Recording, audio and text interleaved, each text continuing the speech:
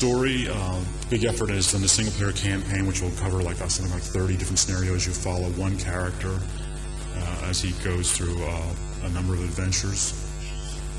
We think that that'll be another evolution, another step forward for us in our single-player campaign. We find, especially with the casual market, we think that's huge. Quality versus budget and schedule. Well, we're in a lucky position that we're going to be able to do pretty much what we want with this game within reason. We do have serious project management. We do worry about our milestones and stuff like that, but we've earned the right to keep doing the games we want to do the way we want to do them within the Microsoft community. I mean, they know that if we get it done right, it has a chance to be very successful, so we're in a very enviable position, I guess, of being able to do exactly what we want with our game within general reason. Gameplay versus realism as a history. Well, we're continually focusing on the gameplay and the realism or the history of mythology. Again, we're just borrowing what we think are cool things from mythology. We're not trying to recreate or simulate Greek mythology per se. We're just taking things that we think are cool. These characters, there are some mythological creatures you won't see. We're trying to figure out which ones would be a great addition to our game. And polish the game. Well, we're almost in a polish phase now. We're almost at feature complete. Almost all the systems are working the way we want. So we're in the point now where for the next several months we'll be polishing, making these graphics look as good as we possibly can, making sure the balance of the gameplay is working, all the major systems are fit together well. That'll be the polishing phase. The music, the scenarios will be designed, and hopefully we'll have a new game. A couple of points people want to know when it'll be done. Basically, we don't know exactly when it'll be done. As we get closer to being finished, we'll be able to more carefully predict when it'll be finished. But I anticipate late next spring and sometime in the summer. And I hope, I'm pretty sure it will be for sale during Mr. Bonnell's critical holiday period. I think it will be for sale sometime in that period. System requirements, we're not quite sure what those are yet. As we get closer to being done and finish optimization, we'll have a better idea what the system requirements will be. But you will need a video card for sure. I'm not sure what other question I can answer per se about up front. But that's basically my presentation of what it looks like and how it fits with our guidelines for developing great games, we think. And if somebody has a specific question, I'd be happy to try and have some time. I'm going to try and answer some specific questions. Yes, right here. I'm sorry? Well, I can do a lightning bolt, I think. Let's see.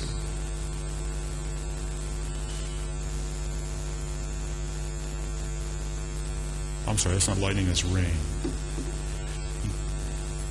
It was lightning last month. This works better, actually. What's happening is rain is falling on farms everywhere on the map, if I can find the other guys' farms. This is going to increase food production, so this is how the gods can help you economically. So what's happening here, this is a global thing. Rains are falling everywhere. Even the Norse are getting some rain. It doesn't look like it's helping them much. They have no farms, but it's up here and it's helping these people. Those are the four god. I guess I've shown you the four god powers that are in this demo: the Great Hunt, doubling animals, the rainfall, make farms and trees near any settlement on the map grow faster, gather faster. Then I showed you the undermine, bring down towers and walls, and then the deadly meteor shock. That may be a little over the top. That may be something we adjust, so it's not quite so devastating. I mean, right now, psychologically, when that happens to your town, you sort of like throw up your hands and quit, whether you're really in that bad a shape or not. But it's just a psychological thing. We may be adjusting that as testing goes forward. Can I have another question?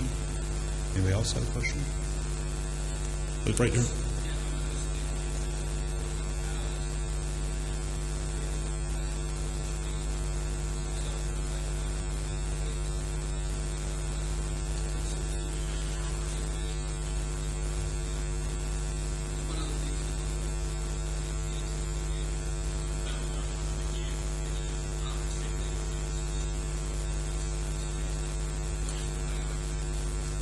Okay, the question is, what sort of AI changes are we making in Age of Mythology? RTS games have been criticized in the past for sometimes silly behavior that happens, like especially in a battle where one unit's being attacked and three guys not too far away are smoking cigarettes and totally ignoring the situation. Is that your question?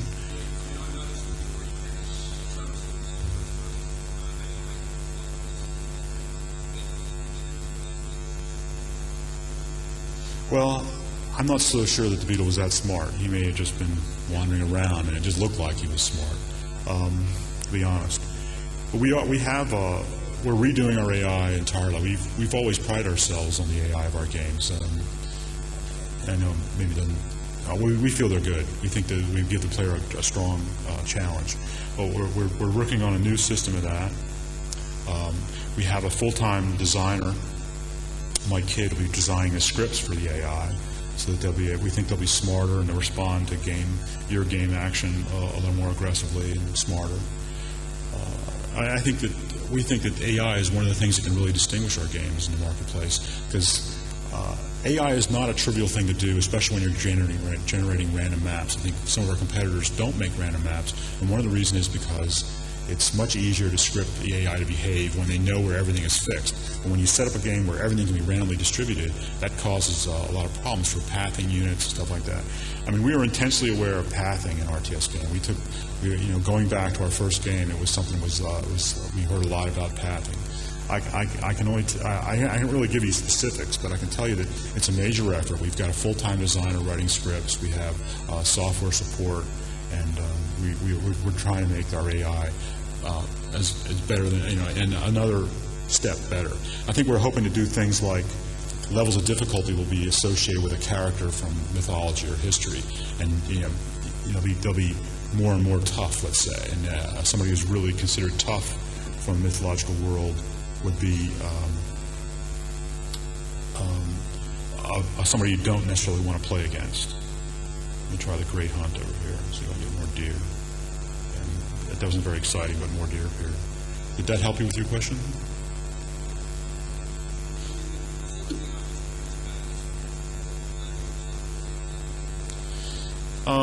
The question is, I guess I missed the question. Part of it was what self-awareness will units have? Well, we're going to try to make some improvements there. I know it's kind of frustrating, but there's times when you don't want those units to rush into battle, so it's a fine line. There's times when you want certain units to rush in. There's times where I'm trying to hold that unit over there for some reason and keep them out of the action. So I think our tendency is to let people make those decisions themselves. If you want that guy to go into battle, we want you to tell him to.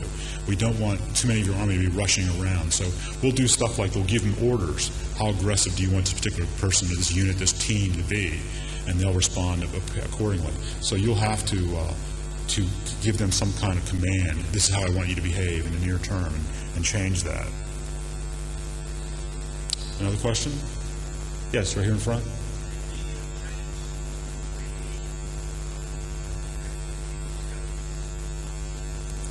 Did the change to a 3D environment create any particular challenges? There's the ones that jump out at me are making our graphics comparable to what the 2D graphics look like. I mean, I think the signature of our games in the past is this realistic, organic look. I think most of our competitors go for a more almost cartoony look, and this is one way we can differentiate ourselves. This is other style, this realistic kind of look, and to make that look as good as we can in 3D is tough, because you're constantly borrowing. The CPU as a finite resource. That's a challenge, and that means how many units can we have on a map at a time. We want to get that big time battle stuff that you feel in real-time strategy games where you have lots of units. We were hoping that some of our competitors would ship ahead of us so we could get an idea what the problems are, what do they have to deal with, And it seems like everybody who's making a big 3D game is slipping, and that's annoying. We want them to get out there and prove this concept. So I'd say the graphics was one, how many units can we have on a map? Those are the biggest challenges, I think, from 3D. And the other side is that 3D gives us a lot of cool stuff. These underwater units and flying units, especially the single-player campaign. I'm not showing that today, but we're going to be able to do in-game cinematics to take our story seamlessly. You'll be playing along, there'll be a cutscene that helps you with the story, some new thing will happen, and then you'll get right back in the game, and you'll do nothing. You'll just sit there and watch, and all of a sudden the game will do something in engine, give you some more information, and then you're back in control again. And we think that'll be very great, a really positive thing for driving the single-player experience. Hopefully we'll create a great story, almost a game within a game that people will enjoy playing, and then that'll be also our tutorial will lead you into that. So new players we'll have a chance to learn the game in a very hopefully fun and satisfying way. And 3D gives us that capability, that in-game cinematic sequence stuff. Yes, sir?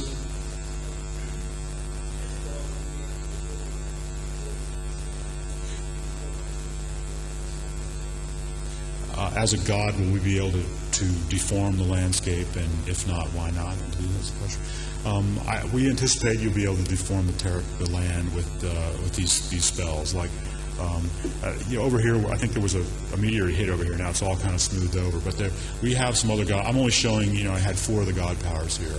I'm not exactly sure how many we'll end up with. I think we have well over 20 now, and so some of those will have an impact on the land. I can certainly, in our scenario editor, you can grab the land and pull it up and pull it down and do things like that. Earthquakes are possible, volcanoes, something like that. So that's another advantage of 3D, is allowing you to transform the game map. We anticipate being able to do that. Another question? Right here in front?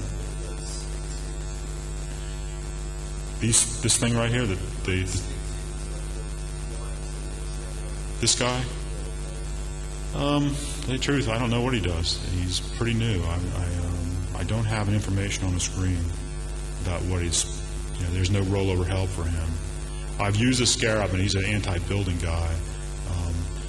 They have different abilities. Some of them, like some of them have these. Here's another one over here. The Scorpion Man. He is supposedly he's an archer. The Sphinx is like a cavalry unit, so he's probably a fast unit, good against archers, let's say. But he may have some special ability that it hasn't been defined. At least it hasn't been defined, as far as I know. So I wish I could be more precise, but a lot of this is in flux, because as we play test, we'll be balancing, and some of these characters can be found to be too powerful, and we have to make sure that it all fits together. We don't want any one thing to be the only thing you're ever going to want to do in the game. We want all these things to have a place and a time. I think if it was the other way, we put an awful lot of work into things that don't have any impact in the game.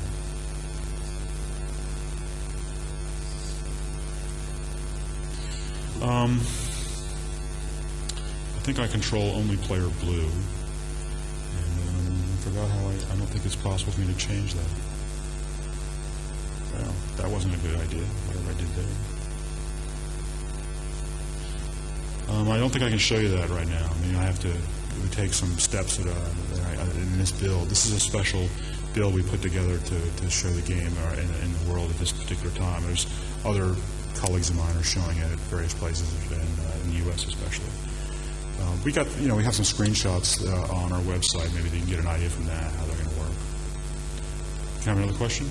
Let me see if there's somebody who hasn't asked one. Yes?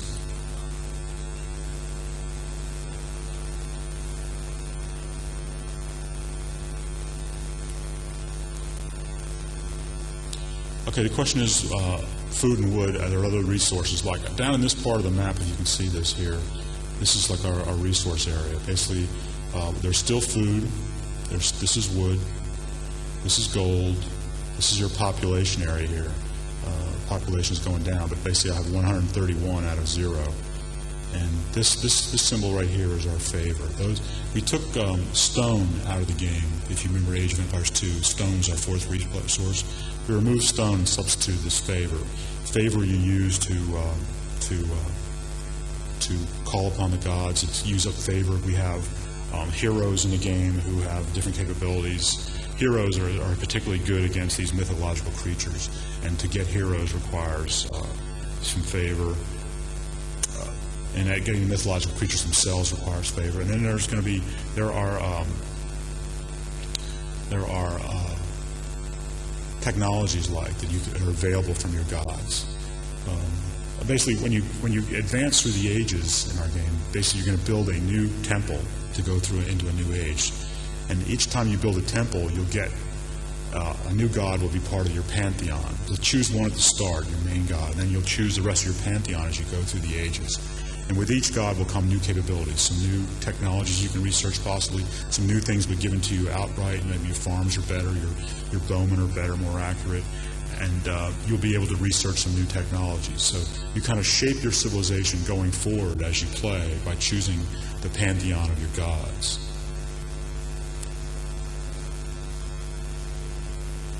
you asked about resources, and that's where the mythology, the favor of the gods comes in as the fourth resource. Okay, yeah, I have another question.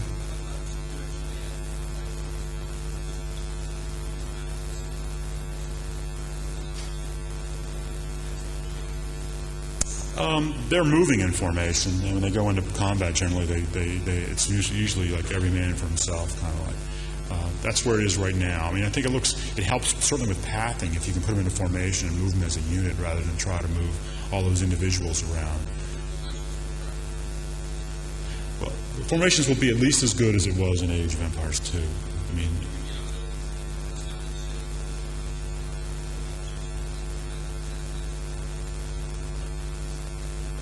well, in a sense, in Age 2, you could change the formation to a spread formation or a dense formation or a line or a column. Those kind of things will still happen. You'll still be able to do that. We thought that was a cool thing. It really made a difference, made our game a little unique, and we want to definitely carry that forward. Another question? Yes, sir?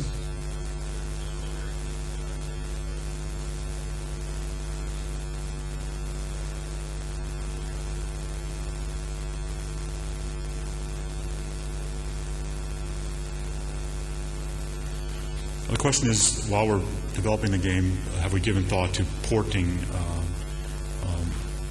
this Age of Mythology to a console, and have we thought about controllers to make a strategy game more viable on a console? The answer to both those questions is generally no. I think there's some time in the future that maybe strategy games will work better on a console. We know we can be successful. We believe we can be successful making this game on the PC. I think it's a risky. We only have, although I work for a large corporation, our studio is pretty small still. I mean, we're smaller than several of your Australian studios. We have like 70 people, and we have a clear mandate from Microsoft to make the same kind of games we've been making until the evidence is there that we need to do something dramatically different. We think these are going to be successful. We're going to keep doing this kind of thing. As far as, I'm not sure that there's a good way to change the controllers right now. And if somebody comes up with a great idea, maybe we'll rethink that. But in our 2 or 3 year horizon, we're going to still do PC games using the mouse and the keyboard. And if somebody comes up with a great idea for how that would be more appropriate as a console game, or if the market for console games changes to the point that people seem receptive to strategy games on the console. I think right now it's a very different experience. You play console games for a different kind of game experience than you play generally PCs. And until we see some changes in that, we're going to stay with our core business. There'll be some ports. There already have been some ports, but we don't have a major impact on that. We support them with a little bit of technology or help, but that's done by someone else. Our resources are focused on what we think is their strength and where we can do better than as good as anybody in the world. So that's where we're going to put our time into. Have another question for someone? Yeah, I'll take one. Game, like I said earlier, we don't know exactly when. Sometimes next year. As we get closer to being finished, we can be more accurate about when we're going to be done. But I hope late spring or sometime in the summer. I definitely believe it'll be for sale during the holiday season next year. Hopefully by August, September timeframe. We like all of our games so far. If you look at the Ensemble Studios, I think from a distance it looks like we're very smart. We released like 4 products in a row between '97 and 2000 in the August-September timeframe. Took advantage of the whole holiday season. I'm thinking other publishers or other developers are saying, man, these guys are right on top of things. They're so smooth the way they are released. But the reality is that in the background, it's ugly sometimes the way we make our games. Some of those games slip the whole year, My analogy there is if you like eating sausage, maybe it's not a good idea to watch it being made. And I think sometimes the same is true of games, that we look smart from outside, but there was an awful lot of struggles sometimes getting our games done. And we are in a position to hit the enviable position, I guess, of being able to almost dictate, when we're going to be done to some extent. So when we're finished with it, and then we'll ship it, and that will be sometime next year. That's hopefully earlier than later. But it looks good now. You see some graphic glitches, but the single-player campaign is still pretty rough. There's a lot of work we've done there, and the play testing that we do. Even when we go feature complete, we may play test for 6 more months, making sure that all the systems work right. and get all the graphics where we want them. So, although it looks very good, historically our games have looked good long before they were published, and that's not going to change. We're still going to make sure we're very, very happy with the game until when it goes. Another question? There's one way over there.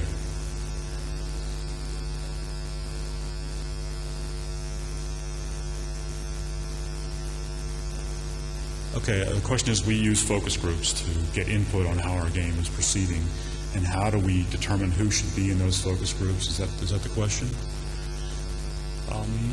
Again, most of the focus group testing is either has been done in the past by Microsoft. We're now capable of doing it ourselves.